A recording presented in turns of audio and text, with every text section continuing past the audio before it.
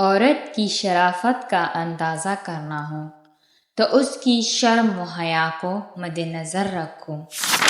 اگر عیاشی کو ابتدا میں نہ روکا جائے تو وہ آہستہ آہستہ ضرورت بن جاتی ہیں۔ وہ قوم کبھی ترقی نہیں کر سکتی جو عورت کو غلام بنا کر رکھتی ہو اور عورتوں پر ظلم کرتی ہو۔ پیپل درخت کو تو کوئی پتھر بھی نہیں مارتا۔ اچھے دنوں کے انتظار میں ہماری عمر گزر جاتی ہے اور پھر پتہ چلتا ہے جو دن گزر گئے وہی اچھے تھے۔ اپنے حصے کا کام کیے بغیر دعا پر بھروسہ کرنا حماقت ہے اور اپنی محنت پر بھروسہ کر کے دعا سے گریز کرنا تکبر ہے۔ ٹوٹا ہوا دل اللہ کی توجہ کھینچتا ہے۔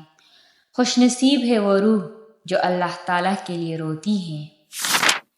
اچھی عادات کی مالکہ، نیک اور پاک دامن عورت اگر فقیر کے گھر میں بھی ہو تو اسے بادشاہ بنا دیتی ہے۔ دل کی صفائی چاہتے ہو تو حسد کے آس پاس بھی مت بھٹکو۔ عقل مند پہلے اپنے دماغ سے پوچھتا ہے پھر منہ سے بات نکالتا ہے۔ عقل مند انسان کے اندر یہ خاصیت ہوتی ہے کہ جب اس سے کوئی گناہ یا غلطی سرزد ہوتی ہے تو وہ پشیمان ہوتا ہے، اس کی نیندیں اڑ جاتی ہیں اور وہ غلطی کو سدھارنے میں لگ جاتا ہے۔ زندگی ضرورت کے مطابق گزارو، خواہش کے مطابق نہیں۔ 3 عورتوں سے ہمیشہ دور رہو، وہ تمہیں کنگال کر دے گی۔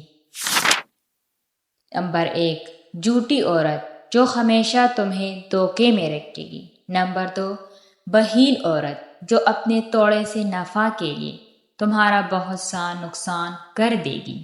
نمبر 3، بدعمل عورت جو تمہیں ایک نوالے پر بیچ ڈالے گی۔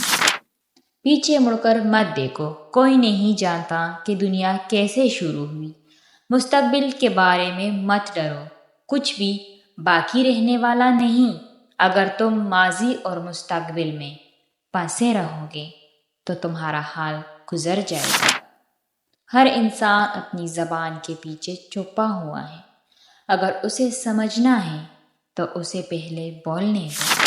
آپ کو ہماری یہ ویڈیو کیسی لگی؟ کمنٹ میں اپنے رائے کا اظہار ضرور کیجیے۔ شکریہ۔